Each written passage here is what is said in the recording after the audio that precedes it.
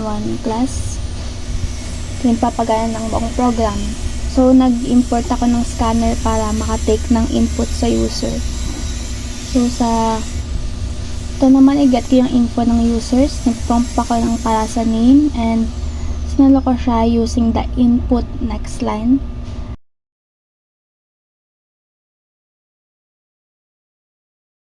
Then, nag-create ako ng in-scores array na may 3 slots para sa tatlong quiz na i-get natin. The next naman is sa enhanced for loop. Nag-loop ako ng 3 times gamit yung int 1 to 3 para humingi ng 3 quiz scores. At bawat score, save ko siya sa scores array ko gamit yung input next int. Dito, gumawa ko ng new student object, yung student S, new student pangalan scores. Then, dito ko pinasa yung name, pangalan at yung lahat ng scores na kinuha ko sa user papunta sa student constructor ko.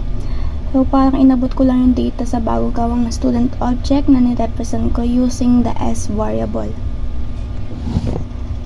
So, yung huling ginawa ko naman is kinuman ko yung bagong S object ko na i-display yung own info niya sa S display info. So, hindi ko na kailangan i-compute yung average dito sa main kasi automatic na yan na ginagawa sa student object sa sarili niya.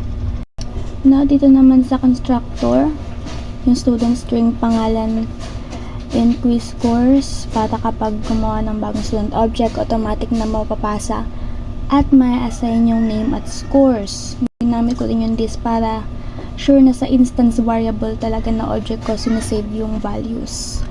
Now, sa logic, kailangan ko ng function na magko-compute ng average. So, ginawa ko yung double compute average. Yung double, yung para sa decimals na may mas maraming values. Now, parang mas madali, ginamit ko yung enhanced for loop para i-sum up lahat ng scores.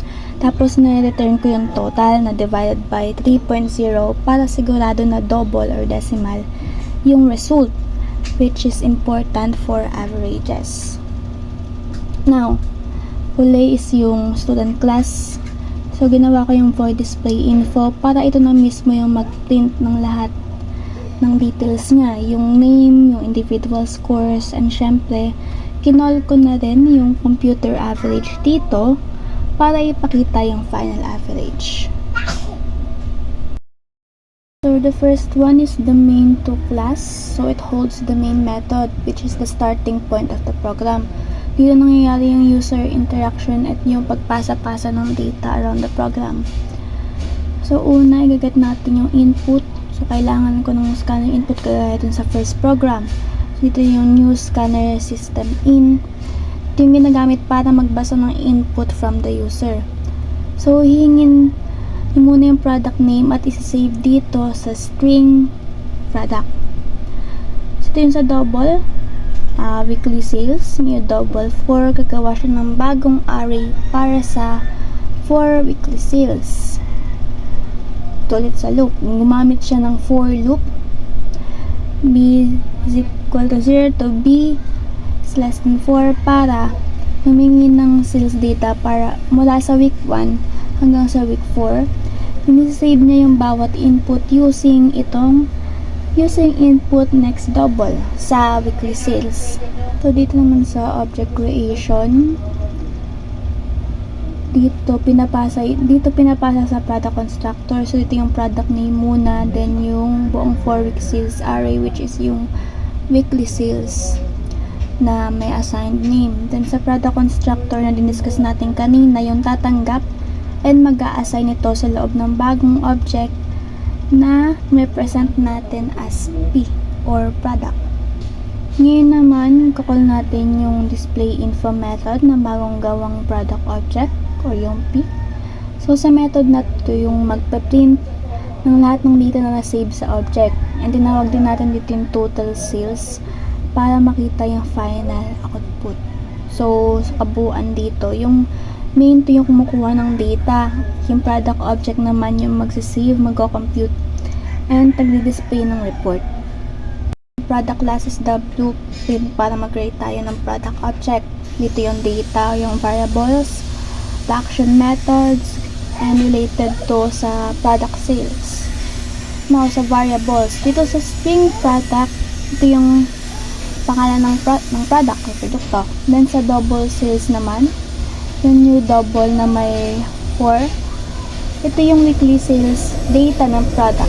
So, since it's an array of size 4, it holds sales for 4 weeks. Now, dito naman tayo sa constructor or data assignment. So, kapag gumawa ng product object sa main method, ito yung una nating i-call. Then, receive na yung product name and yung 4-week sales array na pinasa natin kanina.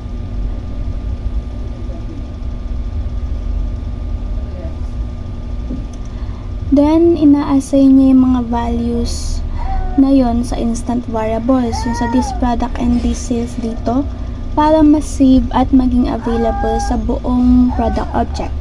Dito naman sa total sales method, so, ang main function na to is i-compute yung total sales sa loob ng 4 weeks. So, gumagamit siya ng enhanced for loop para mag-iterate sa sales array. So, in every loop, ang value ng current week sale ay pinapasa at assign dito sa weekly sales. So, in-add dito sa sum. Then, pagkatapos ng loop, i-return niya sa final calculated sum yung total sales sa method na nag-call sa kanya earlier. Then, dito naman sa display info method, ito yung nag-print ng summary report natin. So, una, ipiprint niya yung product name, yung product, and yung header. Then, ipiprint niya isa-isa yung 4 weekly sales na nasa loob ng loop. So, dito naman, kinakall niya yung total sales method kanina. Then, ang value na binalik ni total sales, kukunin niya and ilalagay niya sa dulo ng string para i-print ang final total sales. Next naman is third problem na. So, dito na tayo sa main tree class. Sa main tree. So, dito sa main tree, ito yung may hawak ng main method kung saan nagsisimula ang execution at kung saan nangyayari yung data collection from the user. Ito yung main, kaya nasasabi ko kanina sa mga previous problems. Then, dito sa scanner input, paulit-ulit ko sinasabi, ito yung gagamitin para humingi ng input from the user. Then, hingi muna yung pangalan ng athlete. Then, isa-save to sa string athlete dito. Then, dito sa double time, yung double 5, gagawa siya ng array para sa 5 attempts na i-input ng athlete mamaya. Then, dito sa loop, gamit tayo ng loop T0 to T5 para humingi ng time input para sa attempt 1 hanggang 5. Then, isa-save yung bawat time using the input next double sa time array. Dito naman sa athlete A, kaya nang natin kayo na sa previous na problems, yung A yung nagre-represent ng athlete para lang may i-represent tayo mamaya. Then dito, nagko-collect ng data na ipapasa natin sa athlete constructor. Then dito ang ipangalan ng athlete and yung buong 5-time array time. Dito siya, nasa parenthesis. Then yung athlete constructor na yung tatanggap and mag-a-assign ito sa loob ng bagong object na kinol natin as A. Dito na tayo sa A display info sa dulo. So, kinukol na ngayon yung display info method ng athlete object, which is yung A. So, ito yung magti-trigger sa lahat ng logic sa pag-display ng time and pag-hanap ng best time na naka-encode sa athlete class. Now, dito tayo sa second class ng third problem, which is yung athlete class. So, ito naman yung blueprint para sa bawat athlete na i-encode. Then, dito nakasave yung data and dito na yung logic para hanapin natin yung best time, pinaka-maximum time. Then, tayo sa variables, yung string athlete, ito yung variable na nagko-hold ng name ng athlete na kukunin natin sa kanya mamaya. Nandito naman yung double time, yung new double 5. Ito naman yung array na mag-hold ng 5-time attempts. In second siya. So, since it's a double array, kaya niya mag-store ng decimal values.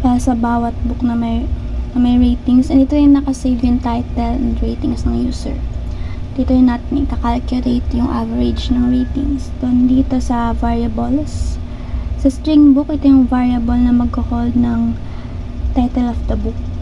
Ito. Then sa int rate new and 4, ito naman yung array na magko-hold ng 4 na user ratings. Since ito, whole numbers lang yung iasa natin ratings gaya ng mga nasa previous na programs. Tayo sa constructor yung book, string, book, then int rate. This book is equal to book, then this rate is equal to rate. So, ito yung constructor. So, kapag gumawa tayo ng book object, gumawa tayo sa main-for class, ito yung unang magra-run. So, i-receive niya yung book title and yung array ng 4 ratings na pinasa.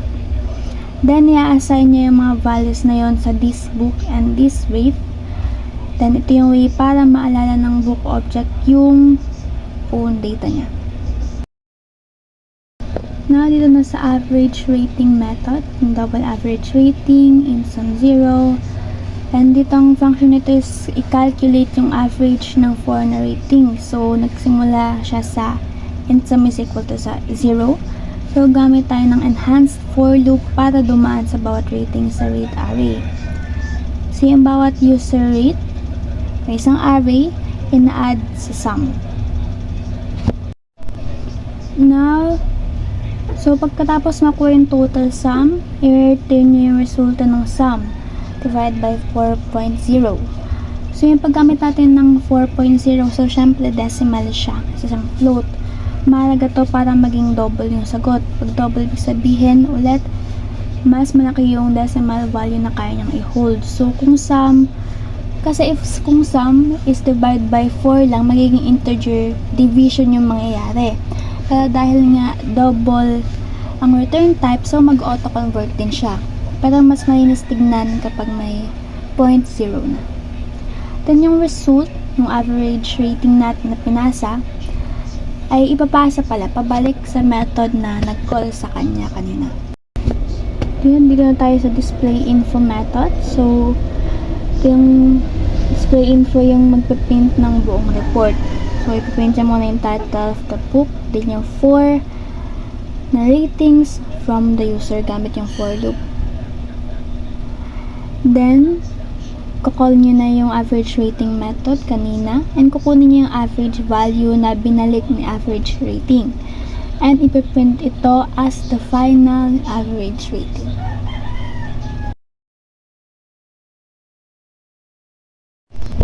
So, dito tayo sa problem 5 which is yung store monthly income report.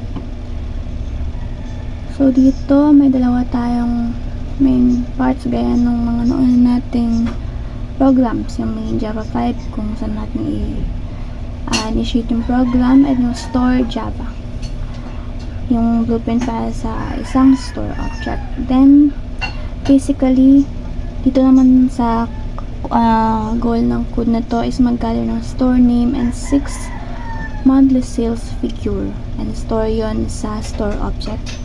Then, i-display yung details and yung total sales. Dito tayo sa main 5 na class. Then, dito mag-initiate yung lahat. So, sa loob ng public static void main string args. Then, sa scanner, ito ulit, kagaya na sa mga previous natin na program. Ito yung scanner input. Ito yung tool na gagamitin natin para kumuha ng input from the user. Then, dito na sa pag-input ng store name. Dito sa system out print in, enter store name. Then, dito ilalagay ni user yung name na kanyang store. Dito naman siya sa string shop variable. Then, sa monthly sales array, dito nag-create ako ng double array na may size na 6 for 6 months, represent niya 6 months, and i-name ko to as kita. Dito may story yung sales figure. Ito yung double kita and yung double. Ito yung may laman na 6. Ito yung system out print and enter your monthly sale. So dito, gumamit ako ng for loop para kumuha ng anim na sales figure mula sa user dito sa 4 in K is equal to 0 to K is less than 6. So, ibig sabihin, mag-uulit ito na 6 times mula 0 hanggang 5. Then, sa bawat loop, to mag-pin siya sa month. So, K plus 1, ito yung month natin. Then, mag-increment. And, ayun. So, kukunin yung double value.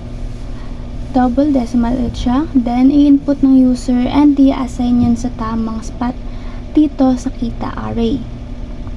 And for example, yung first input mapupunta sa kita 0, then second na kita mapupunta sa kita na may laman na 1. Now, dito na sa object creation and pang-pass ng data around the program.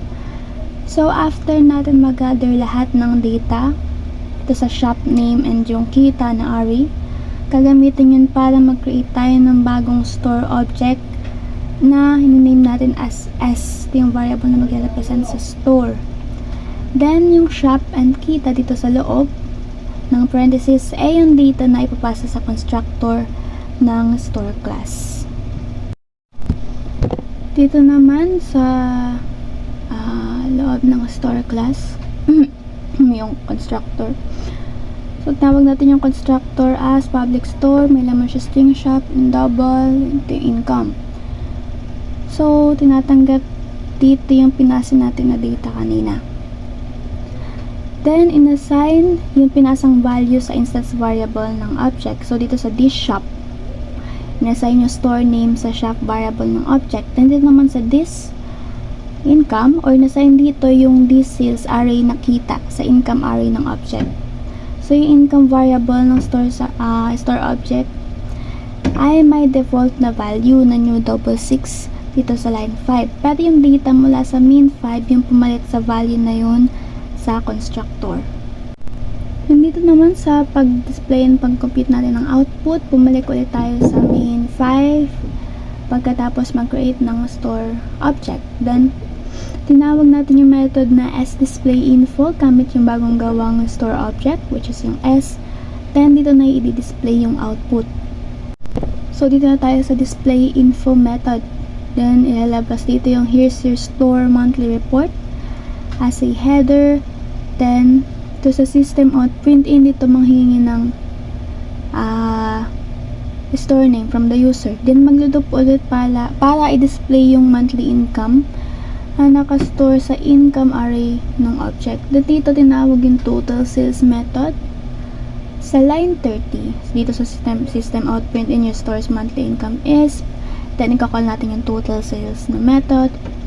Then dito gumamit ng sa total sales method, gagamit tayo ng for loop para i-add or i-sum ng lahat ng values na nasa income array. So, sum plus equal to kita. Then, pagkatapos ng loop, i-return yung final sum or yung total sales pabalik sa display info method para ma-display yung total sales. And ito na yung final value na ipapalabas natin sa system. So, lastly, dito tayo sa input close. I-close na natin yung scanner para ma-release yung system resource na ginamit dito. So, in short, dito tayo sa main 5. I-collect yung data and pinapasa to. Then, yung store nag-accept ng data. Ito yung mag-i-store. Meron itong built-in functions to compute the total and display the entire report.